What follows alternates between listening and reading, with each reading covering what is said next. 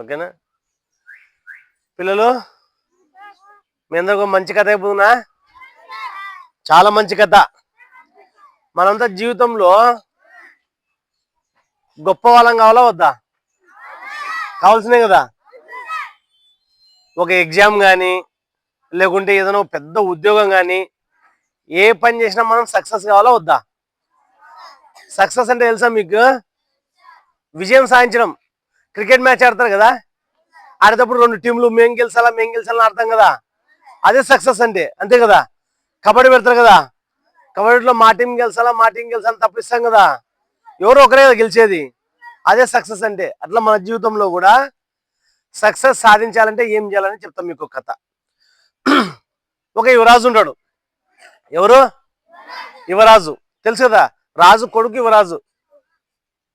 పెళ్లిడు వస్తుంది, పెళ్లి చేసుకోవాలని అనుకోకుండా ఒక పేపర్లో చూస్తాడు. ఆ పేపర్లో ఒక మంచి యువరాణి ఆ రాజ్యం నుంచి కాస్త దూరం ప్రాంతంలో ఉంటుంది. ఆ అమ్మాయిని ఎలాగైనా సరే పెళ్లి చేసుకోవాలని చెప్పేసి వాళ్ళ నాన్నకి చెప్పేసి, నాన్న నేను ఆ అమ్మాయిని పెళ్లి చేసుకుంటాను, నేను పోయి పెళ్లి చేసుకుని తిరిగి వస్తాను ఆ యువరాణితో అని చెప్తాడు. సరే పోయిరా అని చెప్పి రాజు పర్మిషన్ ఇస్తాడు. యువరాజు మంచి క్యారియర్ కట్టేసుకొని ఓ మంచి గుర్రం తీసుకొని బయలుదేరుతాడు. చాలా దూరం ప్రయాణం చేస్తాడు. ప్రయాణం చేసిన తర్వాత కొంతసేపటికి బాగా ఆకలి అవుతుంది. ఆకలి అయితే ఒక చెట్టు కింద కూర్చొని వాళ్ళ అమ్మ ఏం కట్టించిందని ఓపెన్ చేసి చూస్తే మంచి మంచి లడ్లు కట్టించింటది. ఏం కట్టించింటది? లడ్లు కట్టించింటది. లడ్లు ఇట్లా లడ్డు ఓపెన్ చేసి తినడానికి వెళ్ళేసరికి లడ్డు నిండా ఏముంటాయిరా బా, ఏం చెప్పినాడు రేడు? చీమలు ఉన్నాయి, చాలా చీమలు ఉన్నాయి. మనమైతే ఏం చేస్తాం చెప్పండి? చీమలు ఇట్లా పక్కకి తెచ్చుకొని లడ్డు తింటాం కదా. కానీ రాజు చాలా మంచోడు. ఆ యువరాజు ఏం చేశాడు తెలుసా? సరే పాపం తనకి ఎంత ఆకలేందేమో చీమలకి వదిలేద్దాంలే లడ్లని అని చెప్పేసి ఆ చీమలకు వదిలేసి మళ్ళీ ప్రయాణం మొదలు పెట్టడానికి పోతాడు. అప్పుడే ఆ చీమల్లోంచి ఒక చీమరాజే వస్తుంది. చీమలు కూడా రాజు ఉంటాడు కదా. ఆ చీమరాజు వచ్చి, యువరాజా ఎంత గొప్పని నువ్వు, మా కోసం ఇంత లడ్డు వదిలేసిపోతున్నావు, నీకు ఎప్పుడైనా సరే సహాయం అవసరమైతే మమ్మల్ని ఒక్కసారి పిలిచి చాలు, నీకు ఎటువంటి సహాయం అయినా చేస్తాము అని చెప్తాడు.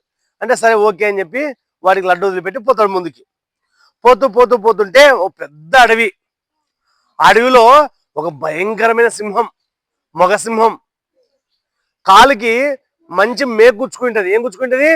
మేకు గుచ్చుకొని బాగా బాధపడుతుంటది. దగ్గరికి వెళ్తాడు యువరాజు. దగ్గరికి వెళ్ళి చూస్తే ఆ కాలు కింద బాగా రక్తం కారుతుంటది ములుగు గుచ్చుకొని.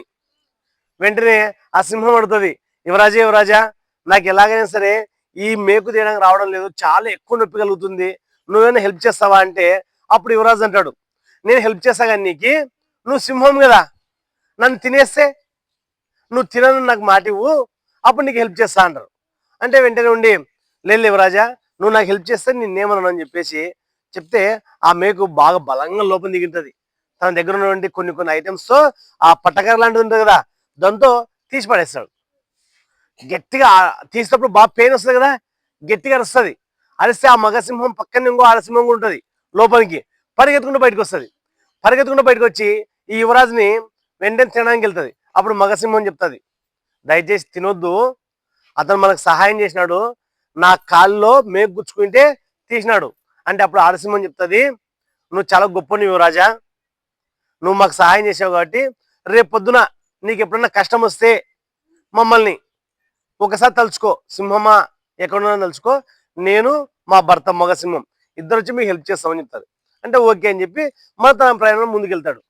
వెళ్తుంటే పెద్ద రాజ్యం. ఆ రాజ్యం కంటే ముందు ఒక పెద్ద బావి పక్కన ముసలాయన ఉంటాడు. దాహం దాహం దాహం అంటుంటాడు. ఏమంటుంటాడు? పాపం దప్పికెత్తుంటాయి, ఆ బావిలోకి దిగలేకుంటాడు, చాలా ముసలోడు.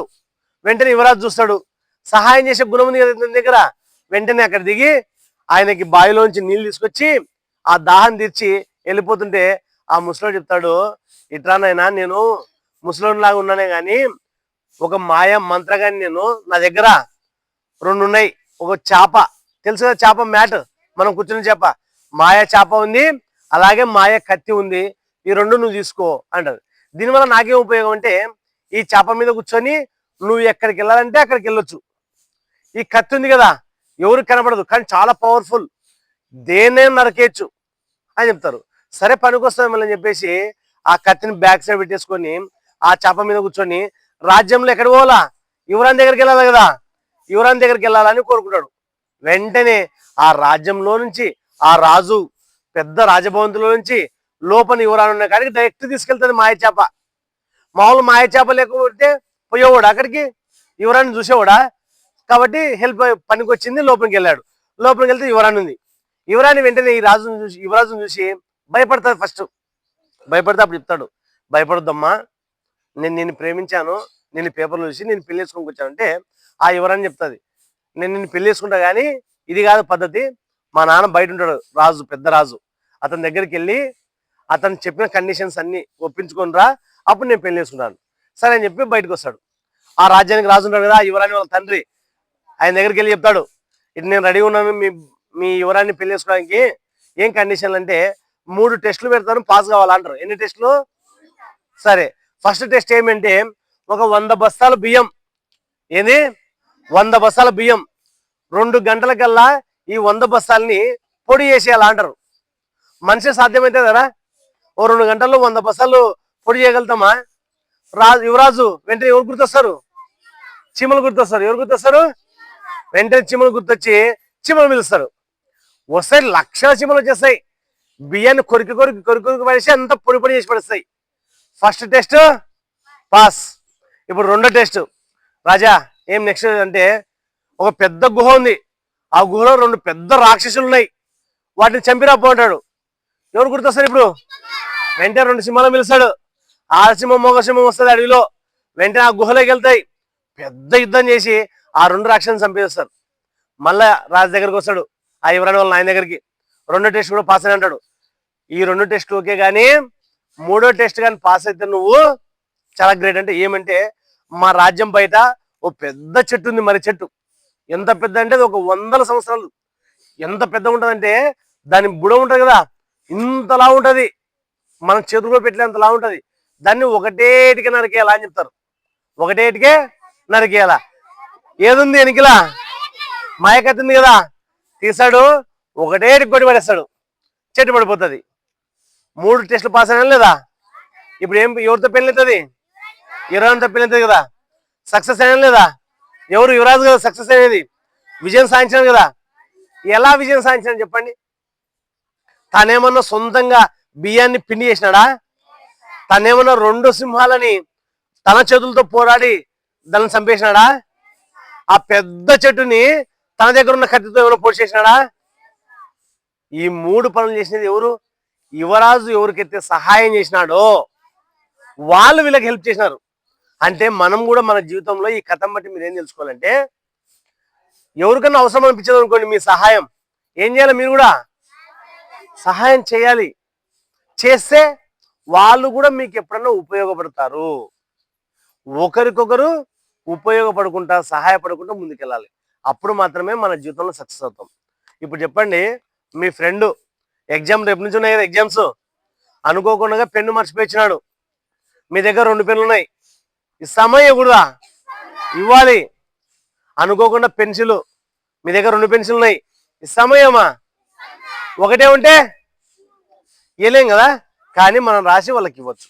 మీ ఎగ్జామ్ అయిపోయిన తర్వాత మీరు రాసి వాళ్ళకి ఇవ్వచ్చు. ఇలా ఒకరికొకరు సాయం చేసుకొని జీవితంలో యువరాజు ఎలాగైతే యువరాన్ని పెళ్లి చేసుకోవడానికి సక్సెస్ అయినా ఒకరు హెల్ప్ చేసుకుంటా, మీరు కూడా చాలా మందికి హెల్ప్ చేసుకుంటా ఖచ్చితంగా మీ జీవితంలో సక్సెస్ కావాలా. అవుతారా? అవుతారా? హంసం చూపించండి మరి. అవుతారా? అవుతారా?